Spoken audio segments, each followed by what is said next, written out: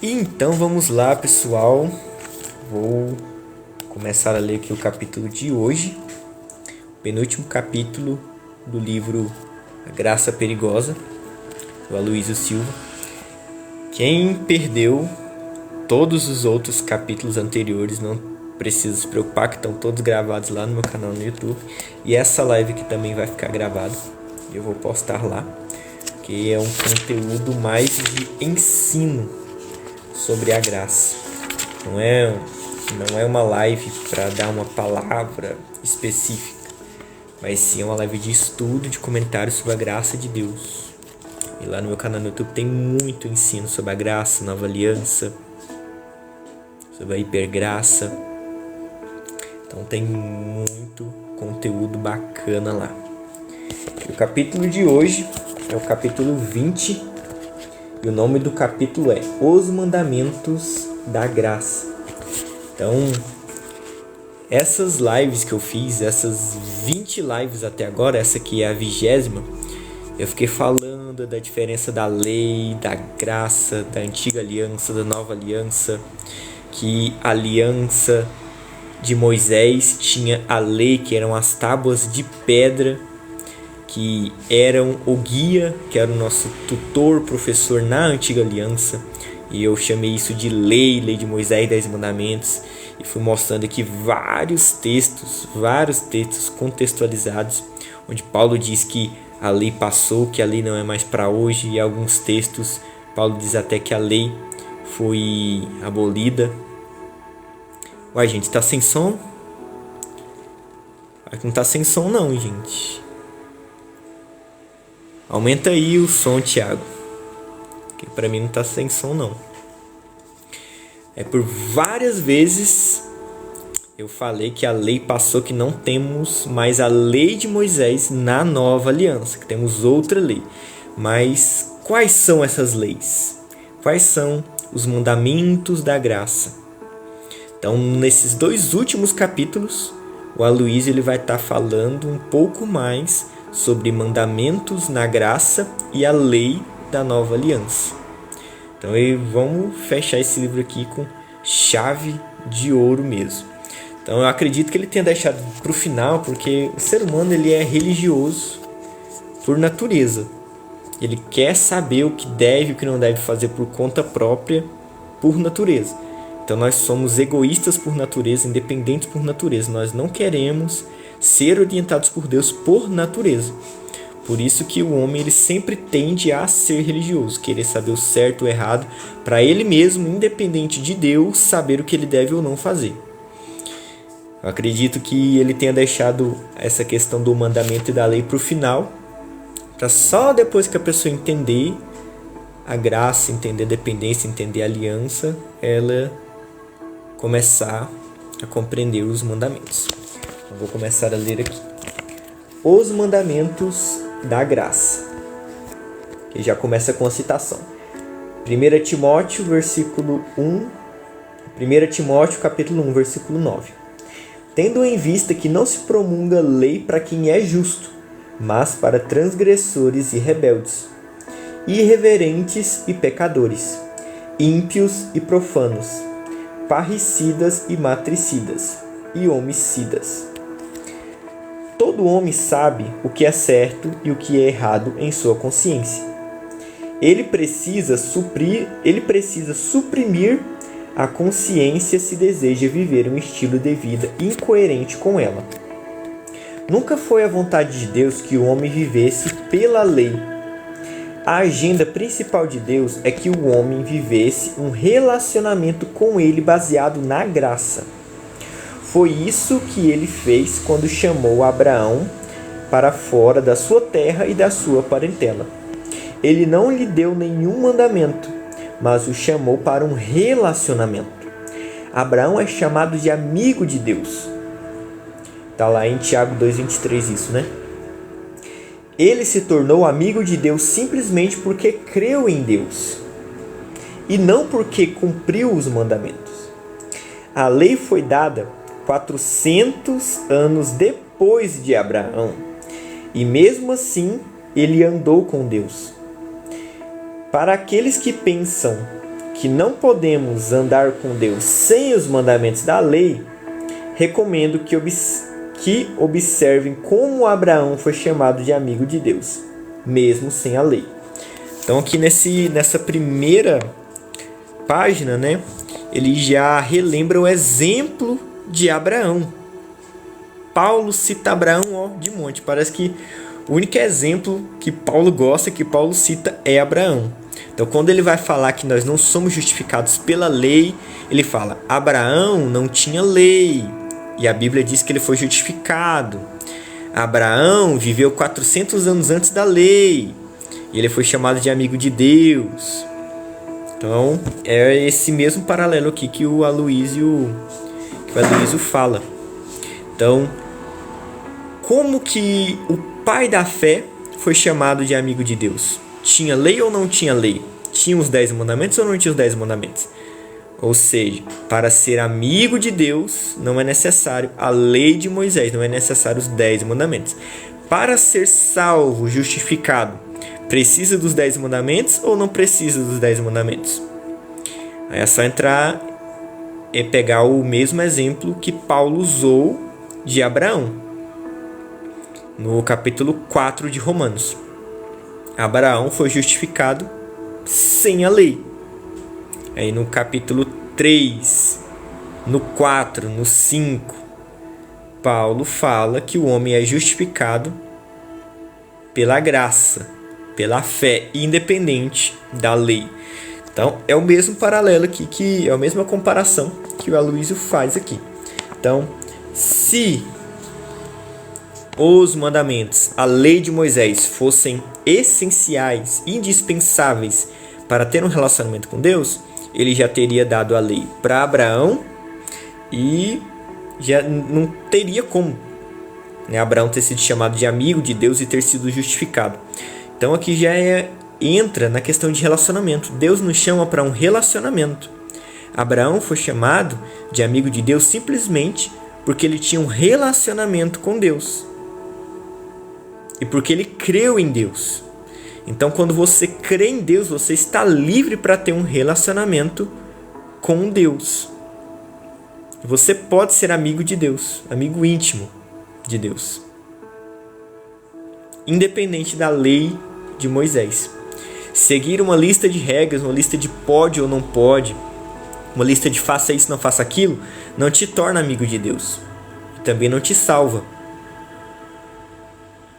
Nenhuma dessas duas coisas são pré-requisito para a salvação ou para um relacionamento com Deus ou para ser chamado amigo de Deus. Então é isso que o Aloísio está pontuando nessa primeira página.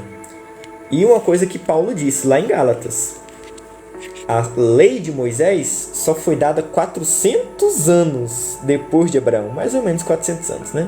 420 ou 30, mais ou menos. Então, antes disso, vivia todo mundo sem lei. E as pessoas continuavam sendo salvas, continuavam tendo relacionamento com Deus, continuavam obedecendo a Deus, mesmo sem a lei. Então, Abraão obedeceu, Isaac obedeceu, até Moisés obedeceu a Deus antes da lei. Então, de Abraão até Moisés, as pessoas obedeceram a Deus. Elas buscaram um relacionamento com Deus. Foram chamadas de amigas de Deus. Então a lei, ela não é o centro do relacionamento com Deus, ela não é o centro da salvação.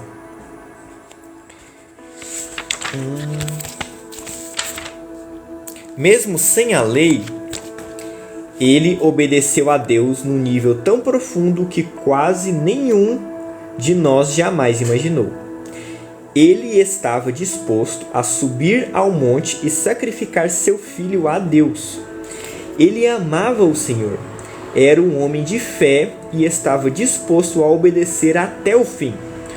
Tudo isso sem o conhecimento da lei. Próximo tópico. E uma coisa interessante, né? Já vai passar para outro tópico. Se eu não me engano, é em Romanos capítulo 2 que Paulo diz que nós fomos chamados para a obediência da fé, igual a Abraão. Por que obediência da fé igual a Abraão? Porque Abraão não tinha lei. Abraão não tinha 10 mandamentos. Tudo que Abraão obedeceu e fez foi uma obediência pela fé, fruto de um relacionamento direto com Deus. Então Paulo diz que o padrão de obediência é o padrão de Abraão. Obediência pela fé, obediência da fé. E essa obediência pela fé e da fé, depende da tradução que você estiver usando. Algumas traduções falam obediência pela fé ou obediência da fé. É a obediência de Abraão. E essa obediência de Abraão que chegou a um nível de obediência de Deus falar: mata seu filho ele agora. Sem questionar. Deus falou, fez. Esse nível de obediência é só pela fé. É só pela fé. Então, esse é o padrão que nós devemos ter de obediência. Obediência sem a lei, mas fruto de um relacionamento íntimo com Deus, baseado em fé, não baseado em lei. Baseado em fé, não baseado em certo e errado. É baseado em fé, não em uma lista de regras, onde se define o que é certo, o que é errado, o que pode e o que não pode. Da mesma forma que Abraão fez. Se eu não me engano, é capítulo 1 ou 2 de Romanos. Não vou abrir lá não, porque o capítulo aqui de hoje é grande. E também, né, eu vou fazer um estudo de Romanos versículo por versículo lá no meu Instagram. Então, se gente quiser, se vocês quiserem saber os versículos assim certinho, eu vou estar fazendo as lives lá. Próximo tópico. A razão de ser da lei. É o título, né? A razão de ser da lei. Quando deu os 10 mandamentos, Deus sabia que o homem não era capaz de obedecer. Mas o homem não sabia que ele era incapaz. Dessa forma, Deus teve que dar a lei para mostrar a todo homem sua incapacidade de obedecer.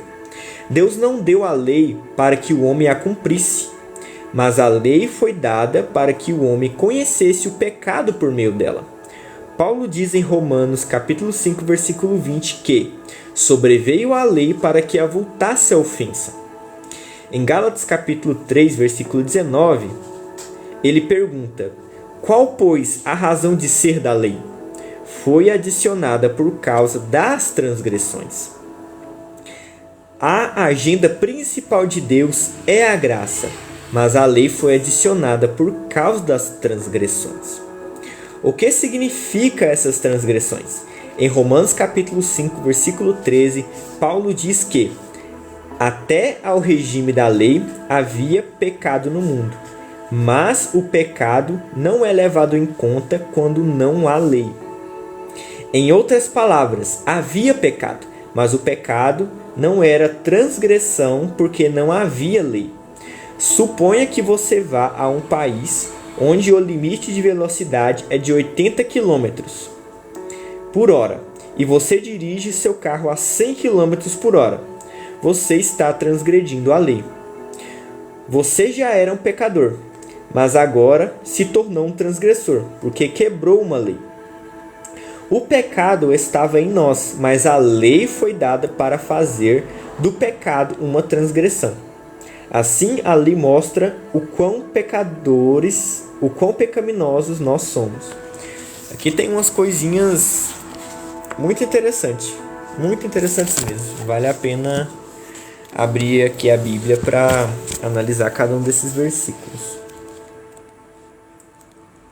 O primeiro que ele citou aqui é Romanos 5,13, né? Vou estar abrindo aqui. Paulo, né? Para variar, Paulo ele fala muito da diferença da lei e da graça. 5,13.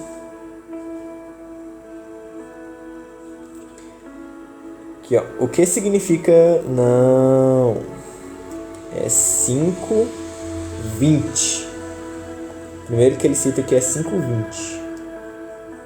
5,20. Aqui, ó.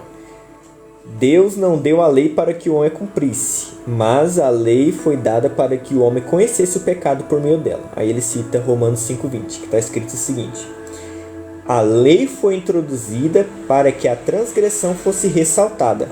Entretanto, onde foi ressaltado o pecado, transbordou a graça.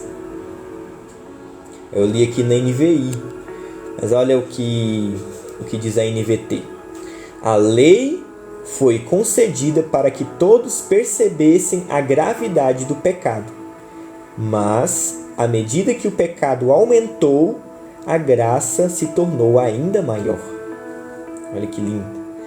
Então aqui já deixa claro, né, que a lei foi dada para que as pessoas percebessem o pecado. Que a NAA Nova Almeida Atualizada diz o seguinte: a lei veio para que aumentasse a ofensa, mas onde aumentou o pecado, aumentou muito mais a graça. Então aqui na NAA já dá um sentido mais amplo, que a lei foi dada para que não só avultasse a ofensa, mas aumentasse a ofensa. Então a partir do momento que a gente sabe que andar a 100 por hora em uma avenida é errado e a gente continua fazendo isso, as transgressões aumentam.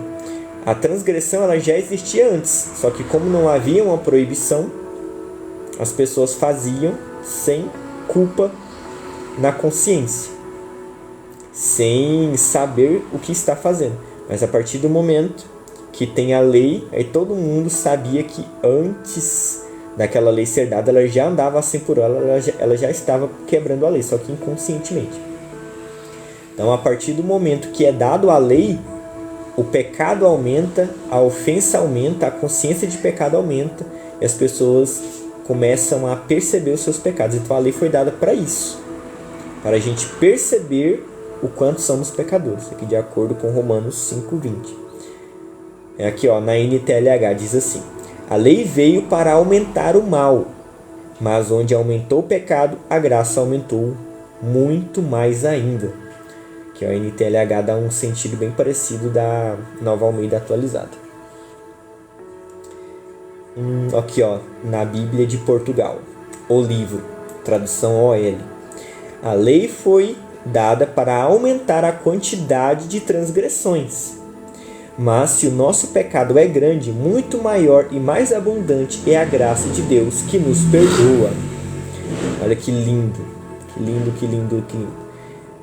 Eu não estou interpretando não, tá, Aldemir? Eu só estou lendo as traduções, tá, da Bíblia. Aqui, ó. É um aplicativo que tem mais de 10 traduções. Eu não estou interpretando nada, eu só estou lendo a Bíblia nas traduções. Bíblia livre para todos. Tradução BLT. Quando a lei foi apresentada, o pecado se tornou ainda mais evidente. Mas, à medida que o pecado se tornou mais evidente, a graça também se tornou muito mais óbvia. Olha que bom isso aqui também. Nova Bíblia Viva, NBVP. A lei foi dada a fim de que todos pudessem perceber os seus pecados. Entretanto, onde o pecado surgiu em excesso, a graça foi ainda mais abundante. Então aqui tem muitas traduções, não vai dar para eu ler todas. Vou ler aqui só mais uma. A Bíblia, versão fácil de ler, VFL. A lei veio para aumentar o pecado, mas onde aumentou o pecado, a graça aumentou ainda mais. Então aqui em todas essas traduções a gente pode chegar exatamente a essa conclusão aqui que o Aloísio colocou. Deus não deu a lei para que o homem a cumprisse, mas a lei foi dada para que o homem conhecesse o pecado por meio dela. Aí ele cita aqui Romanos 5,20, né? Então a lei, ela avulta o pecado, ela nos torna mais conscientes do pecado, ela nos mostra o quanto somos pecadores e ela também aumenta as transgressões, o mal e o pecado, de acordo com todas essas traduções aqui que eu li.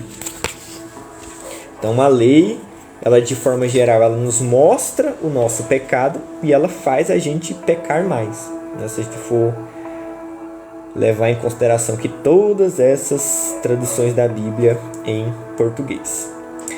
Próximo próximo versículo aqui que ele cita, Gálatas 3,19. Gálatas 3,19. Paulo de novo. Gálatas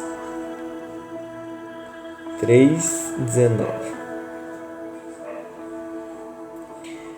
Olha só, Paulo faz uma pergunta aqui. Paulo responde qual o propósito da lei. Então, o título aqui desse tópico é: qual o nome é? A razão de ser da lei, ou seja, o propósito da lei. Aí Paulo aqui no versículo 19 do capítulo 3 faz uma pergunta. Só foi ordenada por meio de anjos, pela mão de um mediador. Então, olha só, Paulo faz uma pergunta retórica. Qual era o propósito da lei? E ele mesmo responde no mesmo versículo 19. Ela foi acrescentada por causa das transgressões, até que viesse o descendente a quem a promessa se referia. A lei foi dada por meio de anjos, pela mão de um mediador, Moisés. Então aqui Paulo já deixa claro qual era o propósito da lei. Foi para as transgressões, por causa das transgressões. E lá em Romanos 20 ele explica isso de uma forma mais detalhada. Para que as pessoas percebessem o pecado, se tornassem conscientes das suas transgressões. Então a lei não foi dada para a gente cumprir a lei. Aqui, olha o que diz a NVT, nesse mesmo versículo 19. Nova versão transformadora. Qual era então o propósito da lei? Ela foi acrescentada à promessa para mostrar às pessoas seus pecados. Mas a lei deveria durar apenas até a vinda do descendente prometido. Olha só o que a NVT fala. Já deixa isso aqui muito claro. Então a lei ela foi dada para mostrar os pecados das pessoas, para que elas vissem que eram pecadoras. E a lei deve durar só até a vinda de Jesus. Jesus já veio? Então acabou a lei. Olha que lindo. Essa NVT está muito mastigadinha. Deixa eu ver outra tradução aqui. Por causa das conexões. NA não. Aqui, a NTLH. Então, por que é que a lei... Então, por que é que foi... Então, por que é que foi dada a lei? Ela foi dada para mostrar as coisas que são contra a vontade de Deus. A lei deveria durar até que viesse o descendente de Abraão, pois a promessa foi feita a esse descendente. Ou seja, esse descendente aqui, Paulo explica no capítulo que é Jesus. Ou seja, Jesus já veio. Então acabou a lei. Não precisa mais da lei, Jesus já veio. E a lei foi dada para mostrar as coisas que não é da vontade de Deus, matar, roubar, essas coisas. A gente vê que nós é pecador.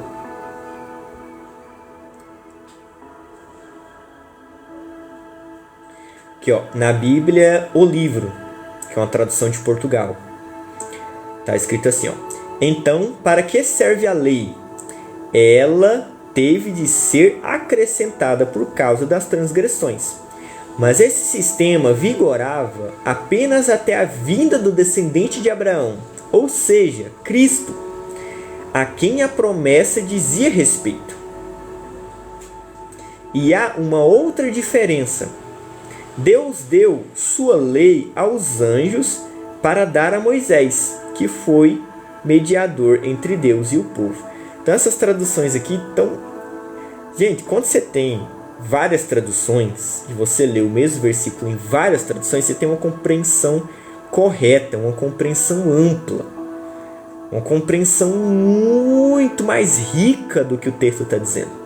Então, às vezes, a gente pega ali uma tradução bem arcaica, bem difícil de entender, aí a gente lê a tradução e vai explicar, e as pessoas falam: mas isso é a sua interpretação, porque o texto não está dizendo isso claramente.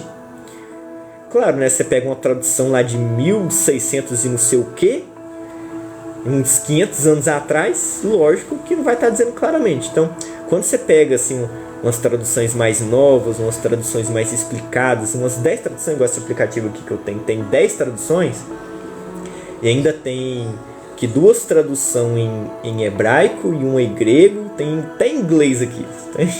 Tem um monte de tradução. Quando você lê em todas essas traduções, os próprios tradutores da Bíblia, que tem o original nas mãos, que tem a Bíblia em grego, em hebraico, em aramaico, eles têm essa Bíblia na mão, eles colocam isso aqui. Então, tenham várias traduções. Se vocês não têm condição ali de comprar 10 traduções diferentes, tem um aplicativo. O aplicativo que eu uso é porque eu não tenho condição também. A Bíblia é cara. Então eu uso o aplicativo YouVersion, que tem ali muitas traduções. E dá pra gente entender assim, ó, fácil. Vou ler aqui só em mais uma tradução, Nova Bíblia Viva em português. Então, qual é o propósito da lei? Ela foi acrescentada depois que a promessa foi dada, a fim de mostrar aos homens quanto eles são culpados em quebrar as leis de Deus. Entretanto, esse sistema era para durar somente até a vinda de um mediador, a quem a promessa de Deus foi feita. Olha que legal. Então, olha só. Então, a gente viu aqui já 2 versículos com o propósito pela qual a lei foi dada. E esse último versículo aqui ainda mostra um prazo de validade da lei, que é até que Cristo viesse. Cristo já veio, já nasceu, já morreu, já foi para o céu. Então não precisa mais da lei de Moisés. Paulo é bem claro que a lei de Moisés, os 10 mandamentos, duram só até Jesus vir. Ele veio e acabou a lei. Então esse versículo 19 é muito bacana. Próximo versículo. Qual a razão da lei? Ok. Próximo versículo que ele cita aqui é Romanos 5,13. Então vamos voltar lá para Romanos 5,13. Romanos 5,13.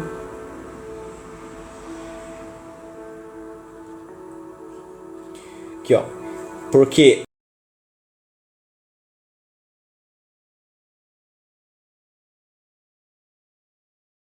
estava no mundo, mas o pecado não é levado em conta quando não existe lei. Então a lei foi dada exatamente para mostrar o pecado. Então antes da lei, ele deu aqui o exemplo. Antes da lei, todo mundo... Aqui, ó. Ele deu um exemplo aqui, eu vou usar o exemplo.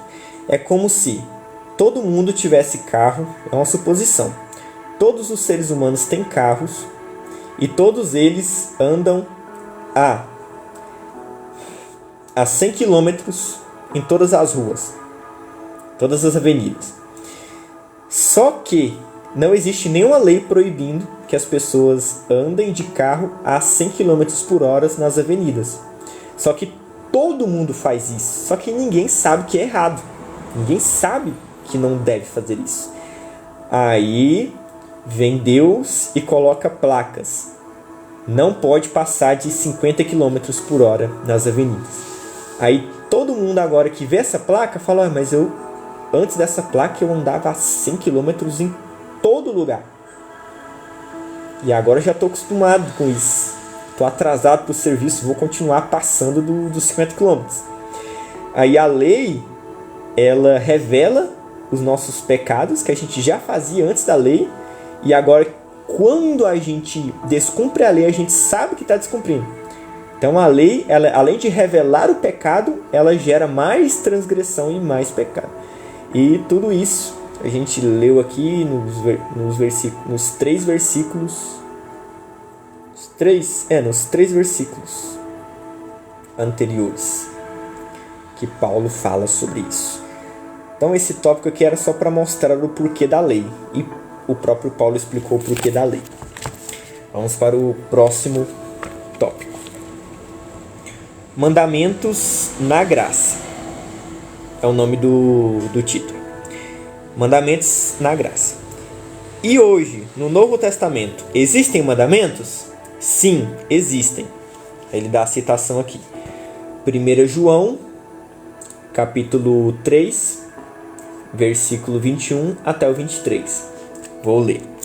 Amados, se o coração não vos acusar, temos confiança diante de Deus, e aquilo que pedimos dele, recebemos, porque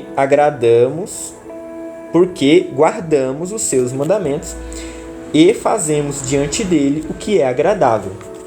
Ora, o seu mandamento é este, que creiamos. João fala, e o seu mandamento é este, e ele coloca 2 pontinhos, que creiamos em o nome de seu Filho, Jesus Cristo, e nos amemos uns aos outros, segundo o mandamento que ele nos ordenou.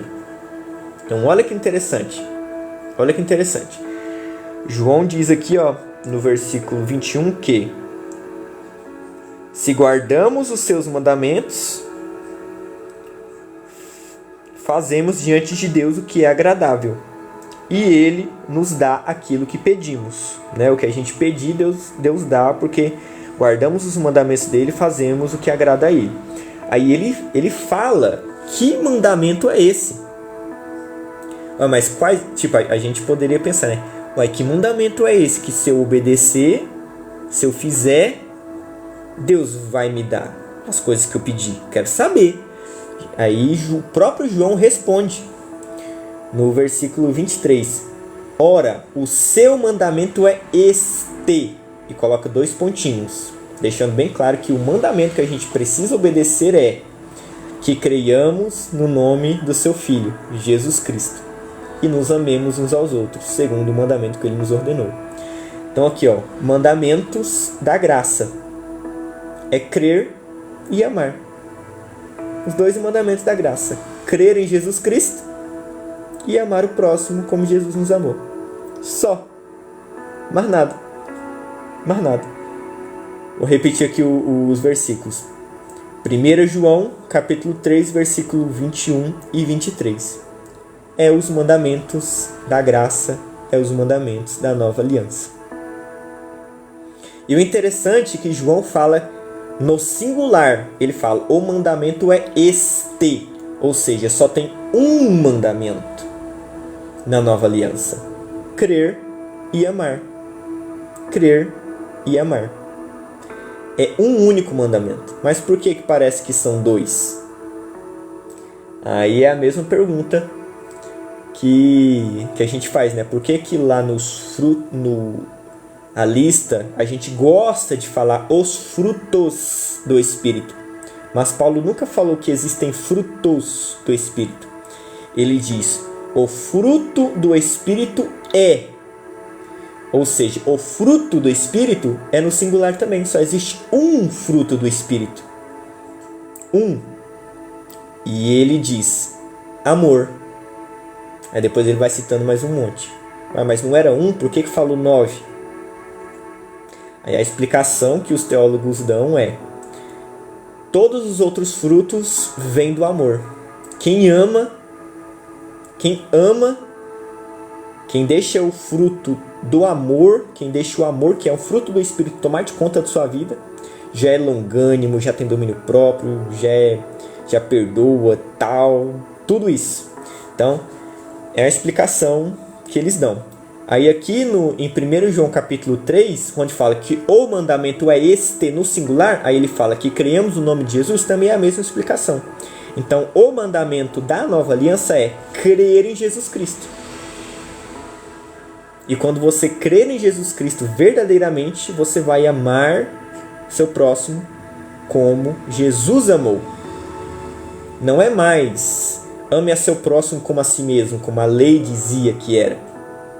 Então Jesus, ele disse, um novo mandamento vos dou. Amai o seu próximo como eu os amei.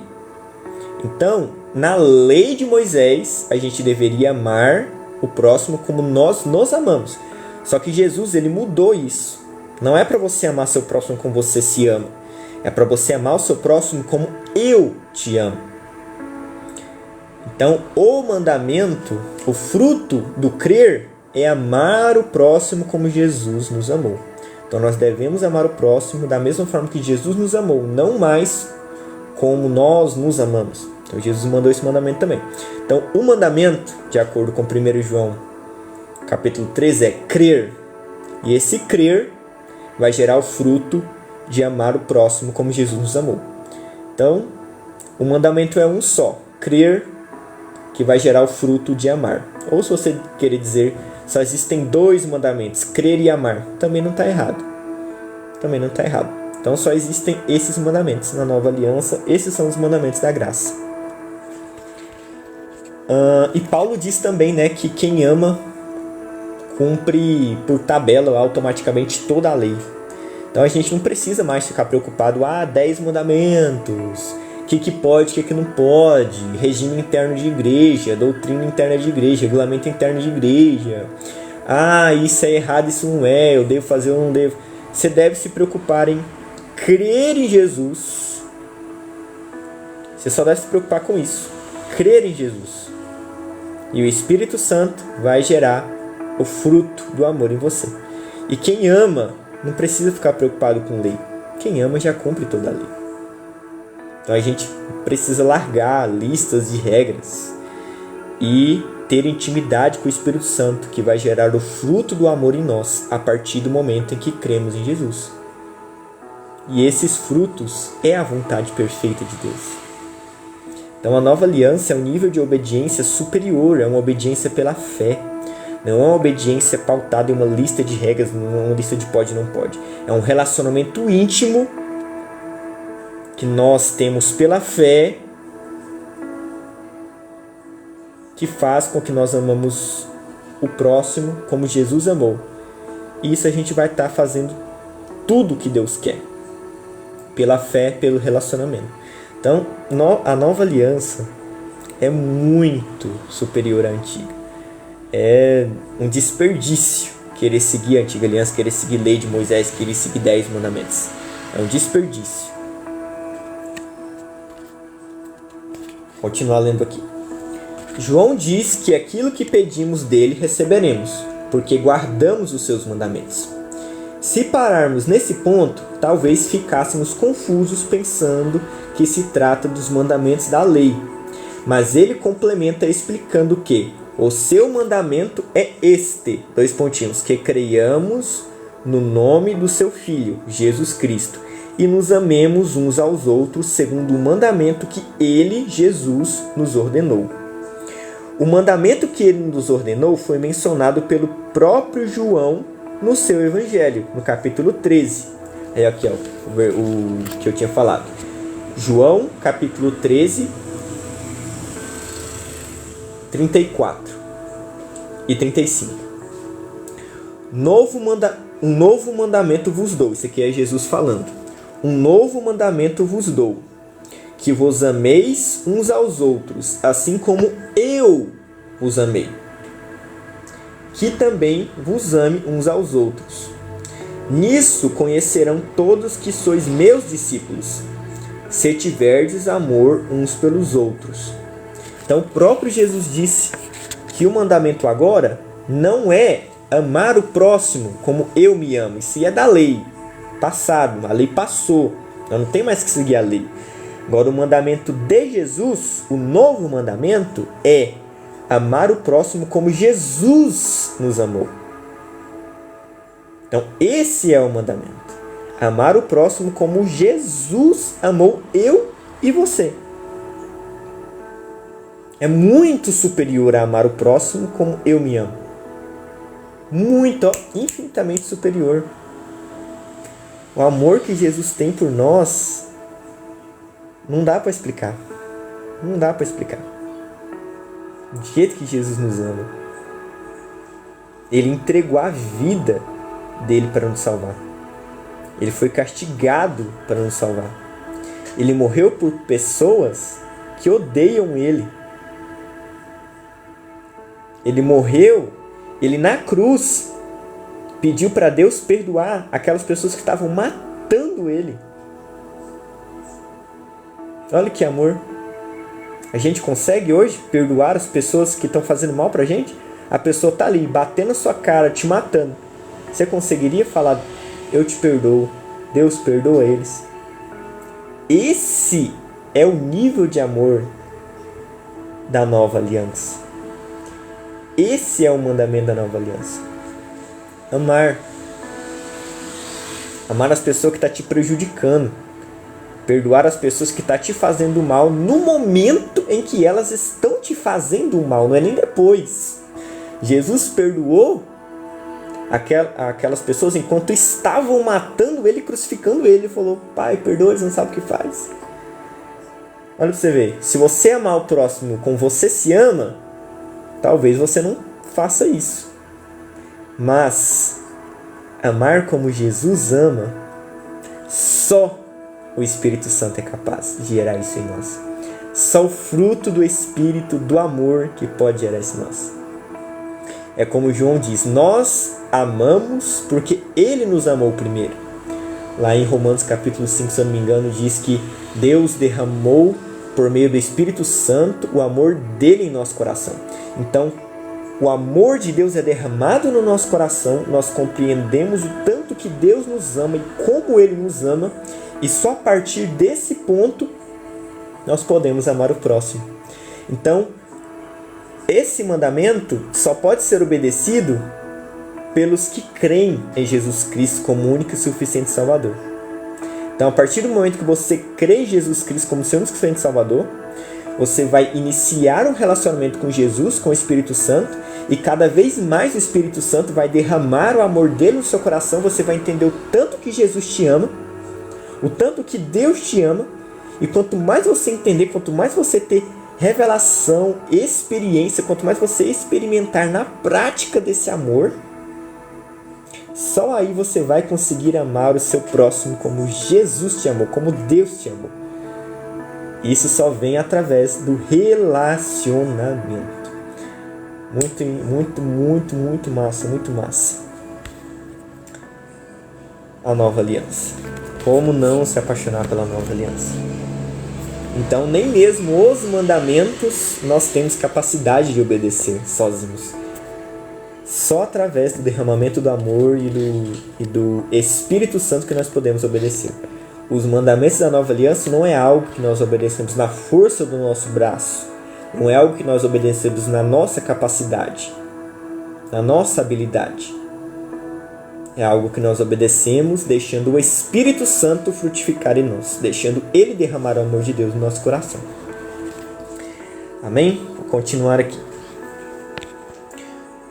Continuar a leitura. O Senhor Jesus disse que era um novo mandamento. Não era algo que ele havia pegado dos mandamentos de Moisés. O mandamento da lei era para amar o próximo como a si mesmo. Muitas vezes ouvi pessoas dizendo: como posso amar o próximo se não aprendi a amar a mim mesmo? Sempre achei isso uma bobagem, mas parece ter algum sentido. Ainda que a palavra de Deus diga que ninguém jamais odiou a sua própria carne. Efésios 5, 29, né? Porque hoje em dia tem pessoas que se odeiam, né? Pessoas que não gostam de si mesmas. Então, de acordo com a lei de Moisés, essas pessoas deveriam amar ao próximo como elas se amam. Aí, se elas se odeiam, elas podem odiar o próximo. Tá? De acordo com a lei de Moisés. Entendeu? Então, hoje em dia tem pessoas que não gostam de si mesmas. Elas poderiam odiar os outros de boa. De acordo com a lei de Moisés, né? Não de acordo com a lei de Jesus. O mandamento de Jesus. Se formos seguir esse raciocínio, podemos dizer a respeito do novo mandamento que amamos uns aos outros à medida que entendemos o quanto Jesus nos amou. Se entendemos o quanto Ele nos amou, espontaneamente amaremos o nosso irmão. A bênção de Deus está sobre todo ministro que remove o véu a cada semana, mostrando o amor de Deus em suas pregações. Eles estão ajudando a cumprir o novo mandamento. A explicação de João é muito simples.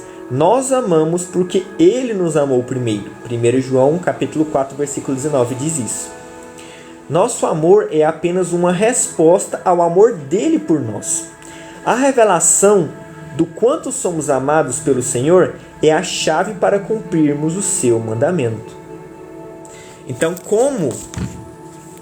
como que hoje nós ajudamos as pessoas a amarem, a obedecerem os 2 mandamentos da nova aliança, pregando o amor de Deus, para culto após culto, ministração após ministração, as pessoas compreenderem, perceberem e experimentarem o amor de Deus. E quanto mais nós experimentamos, compreendemos e entendemos o amor de Deus, mais a gente vai poder amar o próximo como Jesus nos amou. Então, se os cultos são só sobre palavras sábias, sobre sabedoria prática que a gente pode aplicar na nossa vida, chamadas palavras de edificação, mas não fala do amor de Deus, não fala da graça, não fala da nova aliança, não fala do sacrifício de Jesus, essas palavras não ajudam as pessoas a obedecerem o mandamento, que é amar como Jesus nos amou. Então, as pregações têm que ser sobre como Deus nos amou, como a graça revela o amor de Deus, como a nova aliança revela o amor de Deus. E com isso as pessoas vão compreendendo cada vez mais e vão obedecendo cada vez mais Jesus. Porque o mandamento é crer e amar. O mandamento é crer e amar. Então a gente precisa ajudar as pessoas a amarem e crerem. Crer é falando de Jesus, falando da obra consumada de Jesus na cruz, que ele veio para perdoar nossos pecados, para morrer por nós. A gente ajuda as pessoas a crerem falando da boa notícia pontual do Evangelho, que é Jesus Cristo crucificado, morto, sepultado e ressuscitado. Essa é a boa notícia, que ele veio para nos salvar. Pregando a boa notícia pontualmente, as pessoas irão crer. E falando, quando você fala do Evangelho, já é um crer e amar junto, porque você vai crer no amor de Deus.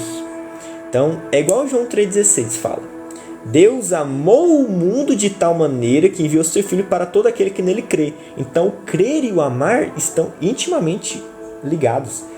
Acredito que até por isso que João falou aqui, o mandamento é esse, crer e amar. Porque o crer vem depois da revelação do amor. Então, Deus amou o mundo de tal maneira que enviou seu Filho para todo aquele que nele crê. Então, quando nós compreendemos o amor de Deus, nós cremos. E quando nós cremos, nós amamos. E quando nós amamos, nós cremos mais. Então, é um ciclo. Então, por isso que os mandamentos da graça é crer e amar. É um ciclo. O crer e o amar está ligado. Em vários versículos. O crer e o amar está junto. Muito bacana isso. Eu só percebi isso agora. Vamos lá, próxima página. O primeiro mandamento mencionado por João é que creiamos no nome do seu Filho, Jesus Cristo. Diferentemente da lei, o Senhor nos manda crer e não fazer algo. Em que precisamos crer? Que Deus nos amou de tal maneira que deu seu Filho para morrer por nós. Quando cremos no nome do Senhor, entendemos que somos amados e dessa forma cumprimos o outro mandamento. Olha aqui o que eu acabei de dizer, A lei dizia, ame a Deus, mas hoje a graça diz, creia no amor de Deus por você. Quanto mais você crê, mais cumpre o novo mandamento. E qualquer coisa que você pedir ao Pai, Ele ouvirá. Permaneça no amor do Senhor. Na velha aliança, o mandamento era obedeça ou morra. Mas a nova aliança diz, eu sei que você está cansado. Eu comando que você descanse. Incrível. Você está com fome? Eu ordeno que você coma. Quão penoso pode ser isso? Quando recebemos a ordem de fazer algo que é próprio da nossa natureza, nós obedecemos sem perceber. O mandamento da lei é: amarás o Senhor teu Deus de todo o teu coração, de toda a tua alma e de toda a sua força. Deuteronômio 6, 5. Mas João define o amor dizendo que nisso consiste o amor, dois pontinhos. Não em que nós tenhamos amado a Deus, mas em que Ele nos amou e enviou o seu Filho como propiciação pelos nossos pecados. 1 João capítulo 4, versículo 10. Não se trata do quanto eu amo a Deus, mas o quanto Ele me ama. Olha só esse versículo aqui, gente, é muito bom também. Ó. João é incrível. João define o amor.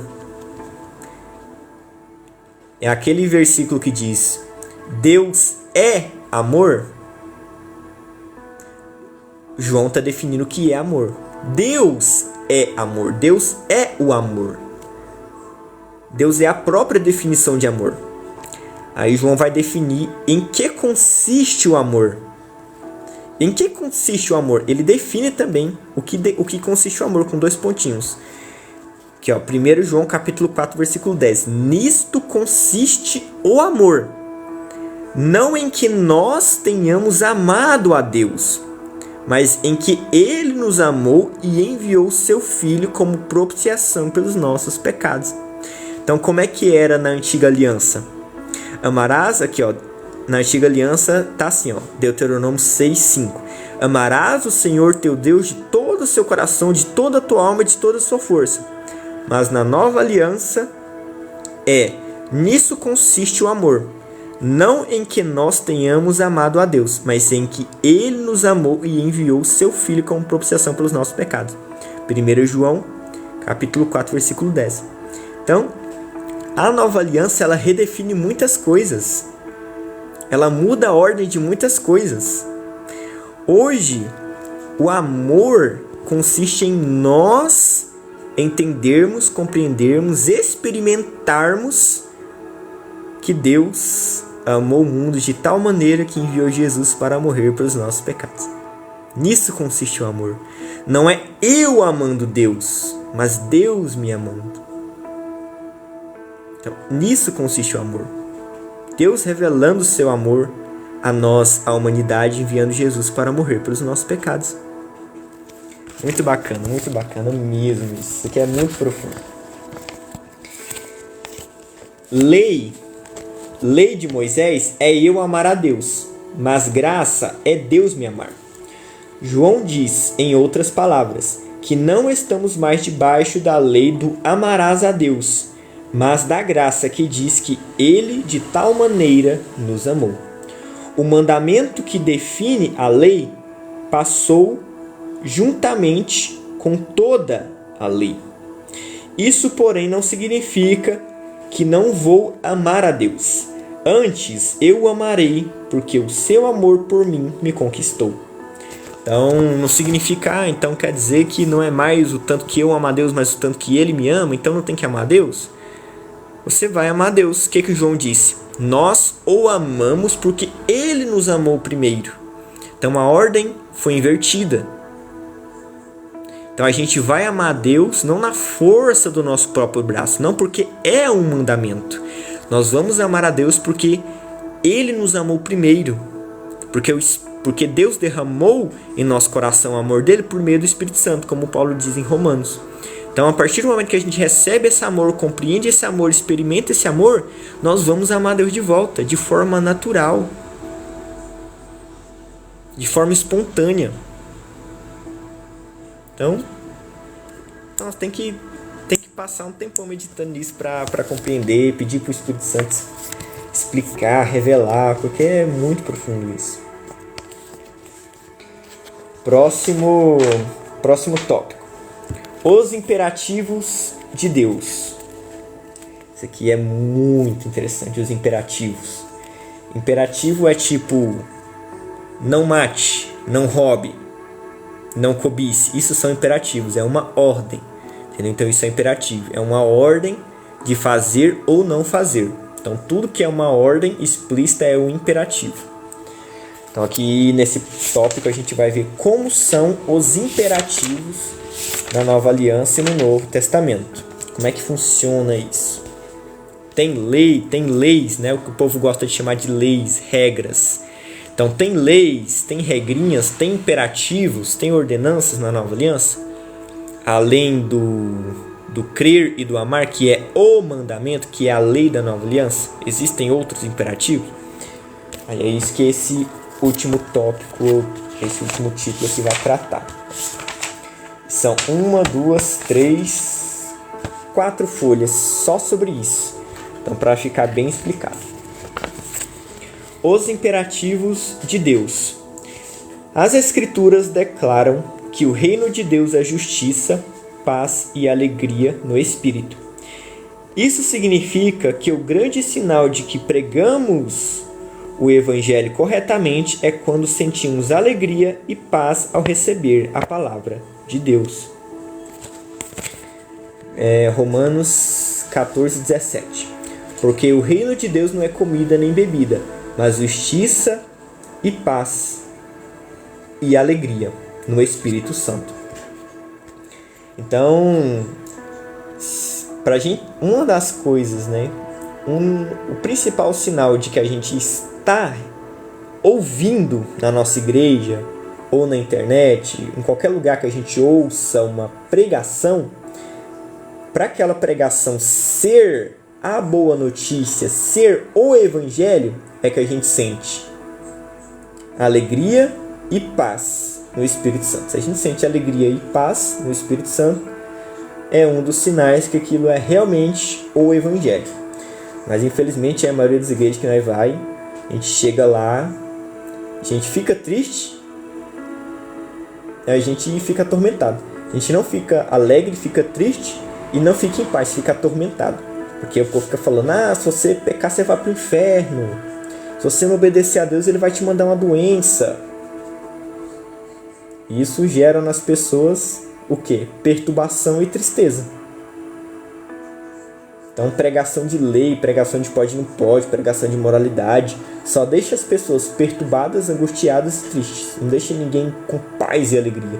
Então, só a boa notícia de Jesus deixa as pessoas alegres e em paz com Deus. E essa paz aqui é paz com Deus. Tipo, Deus não está querendo mandar um raio em mim, não está querendo me dar uma doença, Deus não está querendo me condenar. Ele tem planos de paz para mim, planos de alegria. Ele quer me salvar, Ele me ama e deseja o meu bem. Ele não está anotando meus pecados para me condenar. Ele já esqueceu meus pecados, porque Jesus pagou todos os meus pecados na cruz.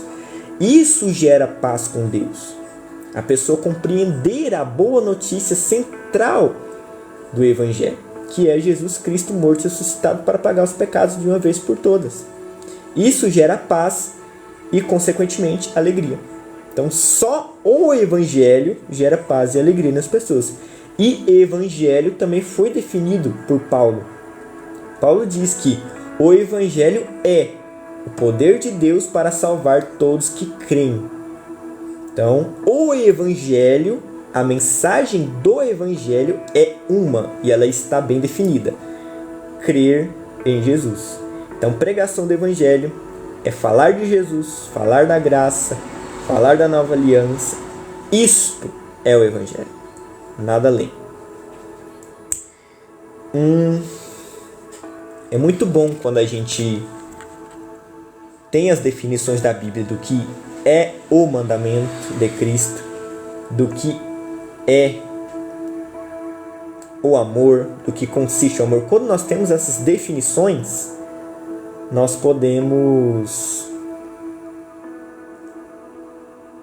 fazer as coisas da maneira que Deus realmente quer, sem dar espaço para o que eu penso, para o que eu acho, para o que determinada igreja pensa ou acha, para o que determinada teologia pensa ou acha ou acredita. Quando a Bíblia diz claramente algo, a gente não tem direito de não é isso. Não, é isso e pronto. É o que tá. Mas, infelizmente, uma das armas do diabo é relativizar a definição dos termos. E com isso, qualquer coisa vira evangelho. Evangelho é o que eu quiser pregar. Evangelho é qualquer tipo de mensagem, qualquer tipo de pregação. Eu estou usando a Bíblia, então é Evangelho.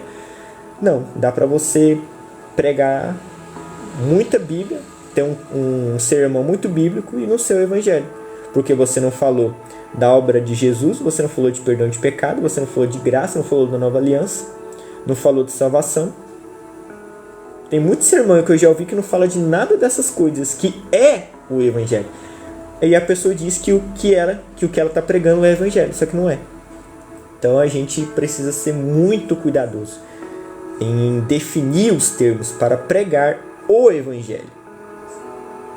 E diferenciar a pregação do Evangelho para a pregação de ensino, para exortação. Então a gente precisa diferenciar as coisas, os tipos de pregação, né? Para a gente não colocar tudo na conta de Evangelho e nunca pregar o Evangelho. E achar que está pregando o Evangelho, se iludir que está pregando o Evangelho, e iludir as pessoas que também acham que estão ouvindo o Evangelho, mas talvez nunca tenham nem ouvido o Evangelho. Vamos continuar lendo aqui. Mas e quanto à justiça? Essa justiça seria nossas obras de obediência?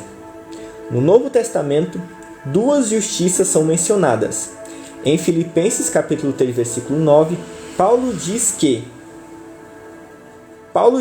quer ser achado em Cristo, não tendo justiça própria, que procede de lei, mas tendo a justiça que é mediante a fé em Cristo, a justiça que procede de Deus baseado na fé. Então, Filipenses capítulo 3, versículo 9, né, Paulo fala das duas justiças. Justiça própria, que inclusive é pecado, que é a justiça que procede da lei, e tem a justiça que é mediante a fé em Cristo, que é a justiça que provém de Deus, que é baseado na fé. Que na reforma nós chamamos de justificação pela fé, não por obras. Então, justificação pela fé é quando você crê em Deus e Ele te aceita simplesmente porque você creu. Ele te salva simplesmente porque você creu. Ele te abençoa simplesmente porque você creu. Você vai para o céu simplesmente porque você creu e você não vai mais para o inferno simplesmente porque você creu. E a justiça da lei, a justiça própria é: eu não vou para o inferno porque eu obedeço. Eu vou para o céu porque eu obedeço. Eu mereço ir para o céu. Eu vou ser abençoado porque eu obedeço, porque eu jejuo, porque eu dizimo, então eu mereço a bênção. Deus me aceita porque eu mereço ser aceito, porque eu obedeço as regrinhas que tem que obedecer, então Deus tem que me aceitar.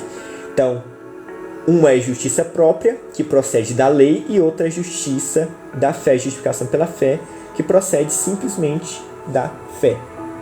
Então, diferencia aqui basicamente de forma bem simples: justiça própria da lei e justificação pela fé, que é da graça da nova aliança.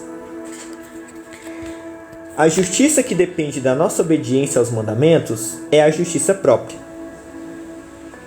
que não depende de fé. Mas a justiça do reino de Deus é a justiça baseada na fé. Quando o Senhor Jesus disse que devemos buscar o reino de Deus e a sua justiça, ele estava se referindo a esse tipo de justiça, aquela que procede de Deus, baseada na fé. É a citação, né? Mateus capítulo 6, versículo 33, que é onde Jesus disse que: buscai em primeiro lugar o reino de Deus e a sua justiça, e as demais coisas lhe serão acrescentadas. Então, que justiça é essa que a gente tem que buscar? É a justificação pela fé. É o que Paulo explica na carta de Romanos inteira, do capítulo 1 até o capítulo 11. Paulo fala da justificação pela fé. É essa justiça que a gente tem que buscar, a justiça da fé. E quando nós buscamos essa justiça, buscamos compreender, buscamos experimentar, buscamos viver essa justiça que vem da fé, todas as demais coisas serão acrescentadas à nossa vida. Então, já aí mais um código, uma chave do Evangelho. Muito bacana. Não estamos mais debaixo da lei em forma de ordenanças. Fomos libertos da lei. Mas isso significa que não existem mandamentos no Novo Testamento? Certamente eles existem. porém não são como os mandamentos da lei.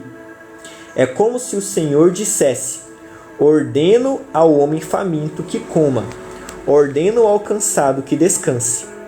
No meio teológico, isso é chamado de imperativos. Todavia, antes de enfatizarmos os imperativos, precisamos entender os indicativos. Você certamente deve se lembrar das aulas de gramática.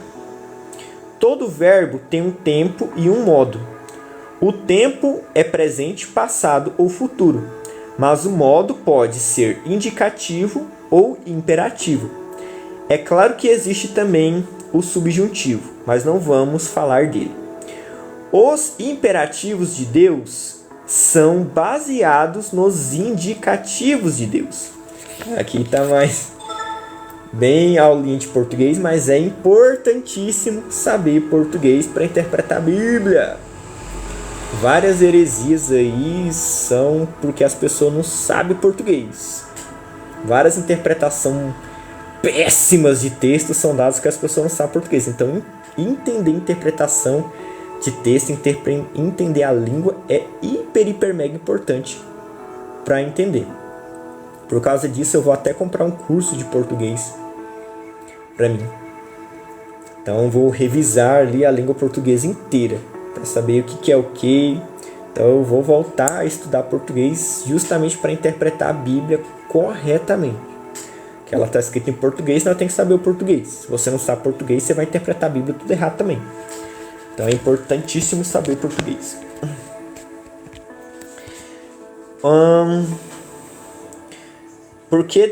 Porque Jesus Cristo nos amou, devemos amar a nossa esposa como Ele nos amou. Porque fomos ricamente perdoados, devemos perdoar livremente a quem nos ofende. Porque somos uma nova criatura, já não vivemos mais como os ímpios. Porque o Espírito Santo agora habita em nós, já não usamos o nosso corpo para a impureza e a prostituição. Nossa obediência aos imperativos divinos é apenas uma consequência do poder dos indicativos da cruz. No Velho Testamento, as pessoas obedeciam para se tornarem justas e santas. Hoje, no Novo Testamento, já fomos feitos justos. Dessa forma, nós obedecemos porque é assim que os justos vivem. Na lei, as pessoas obedeciam para se tornarem justas. Na graça, fomos feitos justos e por isso obedecemos. Então, indicativo e imperativo. Imperativo é: pare de roubar. Indicativo é: em Cristo somos ricos. Cristo se tornou pobre para que fôssemos ricos. Tem um versículo que Paulo diz isso. Que ele se esvaziou para que fôssemos feitos ricos. Então, quando Paulo diz não roube, por que ele diz não roube? Porque você já é rico. Rico tem que roubar? Não tem que roubar. Quando Paulo diz seja santo, lá em 1 Coríntios, no mesmo versículo ou no versículo anterior, ele diz aos santificados, chamados para terem uma vida santa. Acho que é o primeiro versículo ali de 1 Coríntios. Paulo faz um indicativo antes de um imperativo. É assim que são as ordenanças na Nova Aliança. Elas não partem de mim para mim mesmo. Elas não falam, você tem que se tornar santo obedecendo. Você tem que parar de pecar para ser santo. Então, na antiga aliança se torne santo, obedeça para ser santo. Não tem um indicativo, tem apenas um imperativo, uma ordenança para você se tornar. Mas na nova aliança, lá em 1 Coríntios, já no primeiro versículo ali, Paulo diz: aos santos, aos santificados, chamados para terem uma vida santa. Ou seja, eu já sou santo, eu já fui santificado, eu já fui feito santo, e por isso agora eu ando em santidade. Eu já sou justo. Deus me tornou justo pela fé e agora eu posso andar em justiça. Eu posso fazer coisas justas porque eu sou santo, é da minha natureza. Eu tenho um indicativo, eu sou santo, eu sou justo. E agora, porque eu sou santo, porque eu sou justo, eu ando em santidade, pratico santidade, e eu ando em justiça e pratico justiça.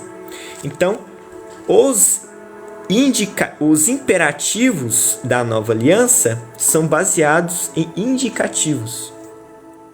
Eu já sou. Indicando, ó, indicação, indicativo. Eu sou santo. Aí agora eu vou para o imperativo. Eu faço. Eu sou indicativo, agora eu faço. Imperativo. Eu faço porque sou. Entendeu? Eu faço algo porque eu já sou. E não faço para me tornar. Então é completamente contrário da lei. A lei era: faça coisas santas para ser santo. Faça coisas justas para ser justo. Mas na nova aliança não é assim. Você é, por isso você faz. Você faz porque você é. Você é. E porque você é, você faz. Então, aqui deu para entender essa diferença do indicativo e do imperativo. A diferença da lei e da graça. Da antiga aliança e da nova aliança. No Velho Testamento, as pessoas obedeciam para se tornarem justas e santas. Hoje, no Novo Testamento, já fomos feitos justos. Dessa forma, nós obedecemos porque é assim que justos vivem. Na lei, as pessoas obedeciam para se tornarem justas.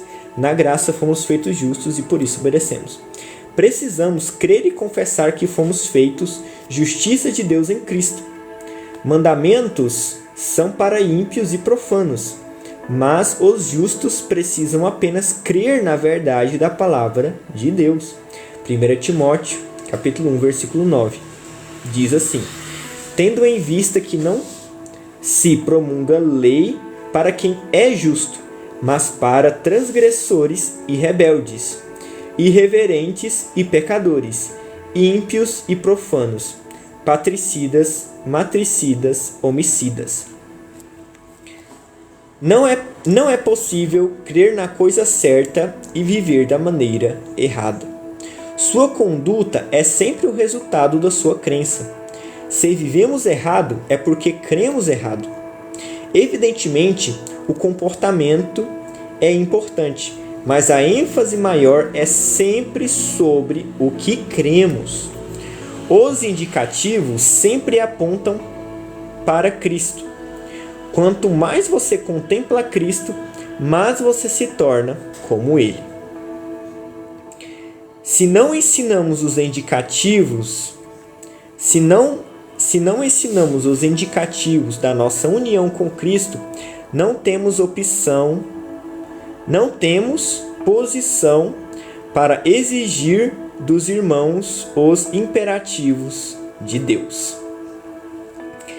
Em todas as epístolas do Novo Testamento, Paulo começa ensinando o indicativo da nossa posição em Cristo. Isso os mestres chamam de querigma. Somente depois disso, ele expõe os imperativos de Deus, também chamados de didaquê. Toda a epístola paulina é dividida em duas partes, querigma e didaquê. O querigma é a base para praticarmos o didaquê. Sem o querigma, o didaquê é apenas um conjunto de regras comuns à maioria das religiões. O Novo Testamento sempre nos mostra quem somos e então nos exorta a andarmos de acordo com isso. Nós fomos ressuscitados com Cristo, então devemos ter um padrão de vida celestial. Somos membros um dos outros, por isso não podemos mentir. Fomos feitos filhos de Deus. Somos da realeza, da família real. Por isso precisamos ter nobreza em nossos atos. Não podemos ser avarentos e mesquinhos, simplesmente porque isso não é nobre, não combina mais conosco. Toda exortação é sempre baseada no que somos, temos e podemos fazer em Cristo. Sem compreender nossa posição, a exortação se torna um tipo de legalismo. Nossa santificação, antes de ser uma separação de algo, é uma separação para alguém. É possível ser separado do Egito, mas ainda assim morrer no deserto. Santificação é ser separado para Deus. Entretanto, ser separado para Deus significa desfrutar de todos os indicativos do que somos em Cristo. A verdadeira santificação é entender o que somos, temos e podemos fazer nele. Veja, por exemplo, na carta aos Efésios, como Paulo apresenta cada imperativo de Deus. Aí aqui tem um monte de exemplo. Tem 1, 2, 3, 4, 5, 6, 7, 8, 9, 10, 11, 12, 13, 14, 15. 15 exemplos de indicativo, imperativo. Eu faço porque sou. Porque sou isso, tenho que fazer isso. Porque tenho tal coisa, porque sou tal coisa, posso fazer tal coisa. Porque em Cristo agora sou, então posso fazer tal coisa. Então, toda ordenança é antes baseado em algo que recebemos de Cristo, baseado em Cristo, baseado na nossa nova natureza, em tudo aquilo que temos em união com Jesus. Eu vou estar lendo aqui todos os exemplos. Primeiro exemplo, Efésios capítulo 4, versículo 25. Fale cada um a verdade com o seu próximo, porque somos membros um dos outros. Ou seja, eu devo falar a verdade, eu não devo mentir, porque eu sou membro um dos outros, porque o meu irmão é um comigo. Então, a partir da realidade que eu sou um com meu irmão, eu não devo mentir. Não é só você não deve mentir porque é pecado, você não deve mentir porque é errado. Não é mais só isso. Não é esse nível de obediência raso e superficial. É um nível de obediência superior. Eu não devo mentir porque o meu irmão faz parte de mim, porque eu e ele somos um. Por isso que eu devo sempre falar a verdade para ele. Segundo exemplo, Efésios capítulo 4, versículo 26. Não fiquem irados para não dar lugar ao diabo. Terceiro exemplo.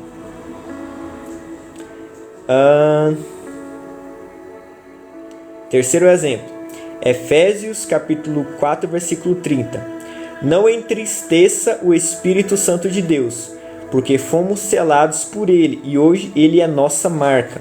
Então, por que eu não devo entristecer o Espírito Santo? Porque ele está em mim, porque eu sou selado com ele, porque ele é a minha marca. Eu não devo entristecer o Espírito Santo porque ele faz parte de mim, porque ele habita em mim, porque ele mora em mim. Por isso que eu não devo entristecer o Espírito Santo. Próximo exemplo. Efésios capítulo 4, versículo 32. Perdoem uns aos outros, porque você foi ricamente perdoado em Cristo. Então, por que eu devo perdoar o meu irmão? Porque Jesus me perdoou. Porque Jesus já me perdoou, eu devo perdoar o meu irmão. Entendeu? O mandamento é perdoe. Mas por quê?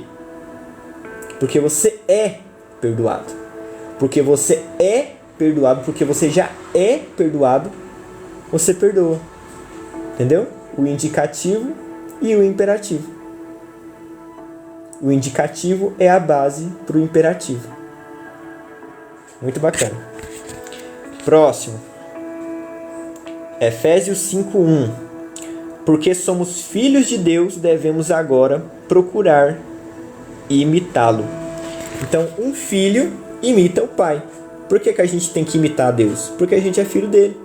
Então agora, porque você tem a natureza de Deus, você nasceu de Deus, você tendo a natureza dele, você pode imitar ele. É tipo um cachorro que nasce de um cachorro. Ele vê o outro cachorro latindo, ele pode latir. Ele vê outro cachorro correndo atrás da moto, ele vai correr atrás da moto. Então, a partir do momento que nascemos de Deus, nos tornamos filhos de Deus e temos a natureza de Deus, nós podemos imitar a Deus. Nós temos a capacidade de imitar a Deus porque somos filhos nascidos dele. Então a gente imita Deus porque somos filhos dele. Bem bacana isso. Próximo exemplo. Efésios 5:2. Ande em amor, porque Cristo nos amou e se entregou por nós. Por que eu devo amar o meu próximo? Por que eu devo andar em amor? Porque Jesus nos amou. Porque Jesus se entregou por amor a mim, porque Cristo morreu por amor a mim, agora eu amo o meu próximo e eu ando em amor. Entendeu? Não é um ame porque é um mandamento. Não é simplesmente ama porque é o certo a fazer. Não é ame porque eu estou mandando. Agora na nova aliança muda essa dinâmica. É ame porque Jesus te amou. Ame também. Entendeu? Porque Jesus me amou, eu devo amar. Porque Jesus andou em amor para me salvar, eu ando em amor. Eu ando em amor para expressar o amor de Cristo aos meus irmãos. Então sempre tem um imperativo e um indicativo. Isso aqui tudo na carta de Efésios, né? Paulo. Efésios 5:3. Porque já somos santos, devemos rejeitar toda impureza. Então, como eu já tinha falado, eu não paro de pecar para ser santo. Eu já sou santo, fui tornado santo, e porque eu sou santo, eu devo andar de acordo com essa santidade. A gente pode ver isso não apenas em Efésios 5:3, mas nos primeiros versículos ali de 1 Coríntios. Paulo já fala: aos santificados chamados para serem santos. Ou seja, Paulo diz, vocês são santos, andem em santidade. Então, eu não ando em santidade para ser santo, para me tornar santo. Eu já sou santo em Cristo. E agora, porque eu já sou santo, eu devo andar de acordo com a minha natureza. Eu devo andar de acordo com quem eu sou em Cristo. Então, não é fazer para ser. Porque eu sou, eu faço. Bem bacana. Última página. Exemplo. Versículo. Efésios 5:6. Não somos mais filhos da desobediência, por isso não devemos agir como eles. Então, por que não devemos desobedecer a Deus? Porque a gente não é mais filho da desobediência. Filho da desobediência é quem não crê em Jesus. Aquele que crê em Jesus, que aceita Ele como único e suficiente Salvador, não é mais filho da desobediência.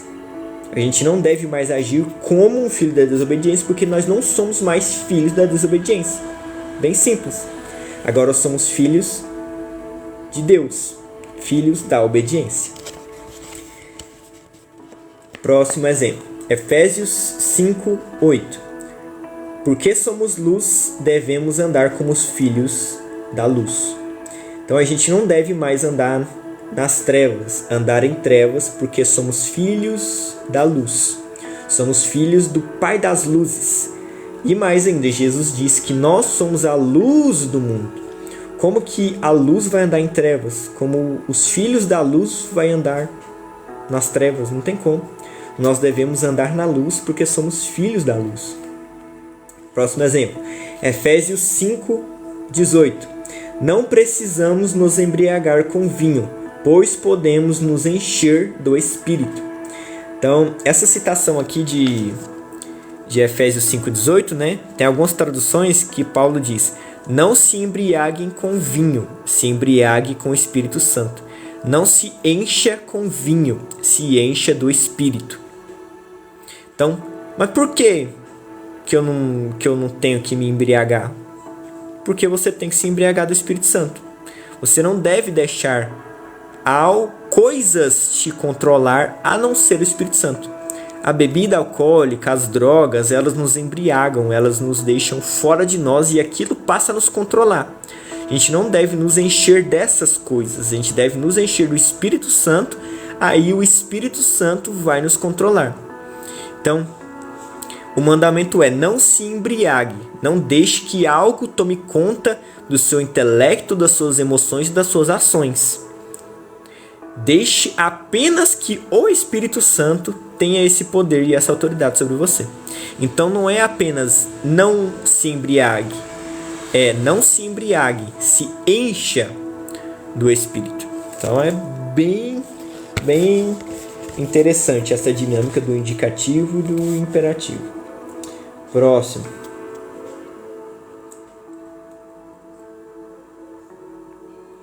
Efésios 5:22. As mulheres devem se submeter aos maridos como se submetem ao Senhor. E o próximo exemplo é Efésios 5:25, que é: os maridos devem amar as esposas porque entendem o quanto são amados pelo Senhor. Então, que as esposas se submetem aos maridos da mesma forma que elas se submetem a Jesus, e os maridos amam suas esposas da mesma forma que Cristo ama eles. Então tudo tem um indicativo e um imperativo. Eu me submeto ao meu marido porque eu sou submissa a Cristo, e eu amo a minha esposa porque Cristo me ama. Então eu tenho o dever de amar a minha esposa, porque Cristo me ama, eu tenho o dever de amar. Porque eu sou submissa a Cristo, eu me submeto ao meu marido. Então tem essa dinâmica do indicativo e do imperativo. Tudo tem um porquê, uma razão e uma base sólida. Não é faça por fazer, obedecer por obedecer. É faça debaixo de uma base sólida, de um indicativo que vai tornar possível aquela ordem, aquele imperativo.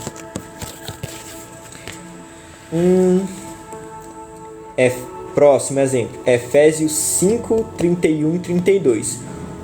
Os casais não se separam porque sabem que o seu casamento representa a união de Cristo com a igreja, e ele jamais se separa de nós. Então o casamento, ele é também um símbolo da nossa união com Cristo. E a vontade de Jesus é que a gente nunca se separe. Deus odeia o divórcio e tal. Então a vontade dele é que a gente não se separe.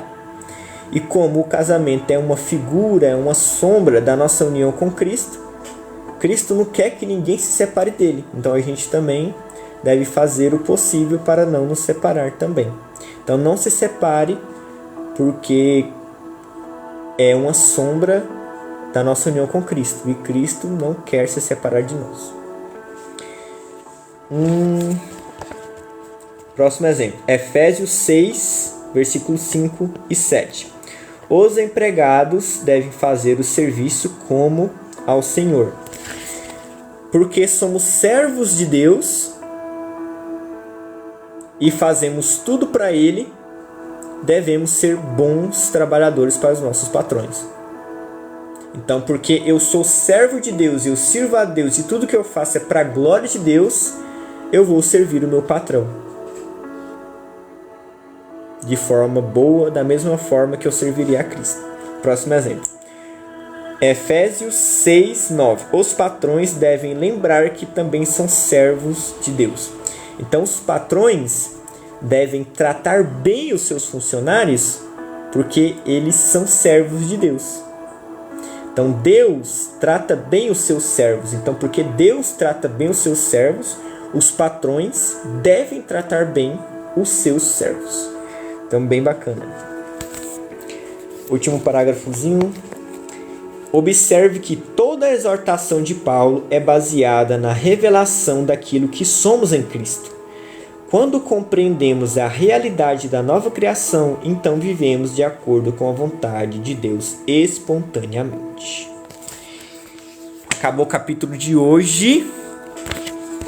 E só tem mais um capítulo. É o capítulo 21 e o nome do capítulo é Qual lei está em seu coração? Que lei que está no nosso coração? Será que é os 10 mandamentos? Será que é a lei de Moisés? Será que é a antiga aliança que está no nosso coração? Então esse vai ser o tema, o tópico do último capítulo desse livro aqui. E para quem está aqui e perdeu os capítulos anteriores, estão todos salvos lá no meu canal no YouTube para você poder assistir. Amém? Então, acabou o capítulo de hoje. Foi muito bom. Alguém tem alguma dúvida, alguma pergunta sobre o que lemos hoje?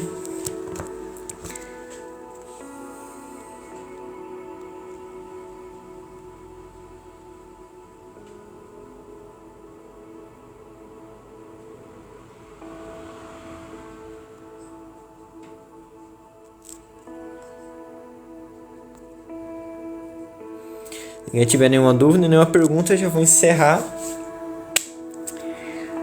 E é isso aí. O tema de hoje muito, muito importante.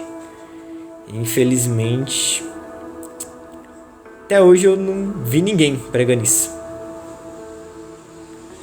Nunca vi ninguém pregando sobre isso. Em culto, em congresso, em lugar nenhum. Só o Aloysio mesmo. E um amigo meu que escreveu um livro. Que eu tenho amigo chique, né? Eu tenho um amigo que escreveu um livro aqui, ó. Hipergraça, o que realmente defendemos, do Eliezer Oliveira. Quando você tem um amigo que escreveu um livro, é que você tem amigo de qualidade. Ele falou sobre isso no livro dele também.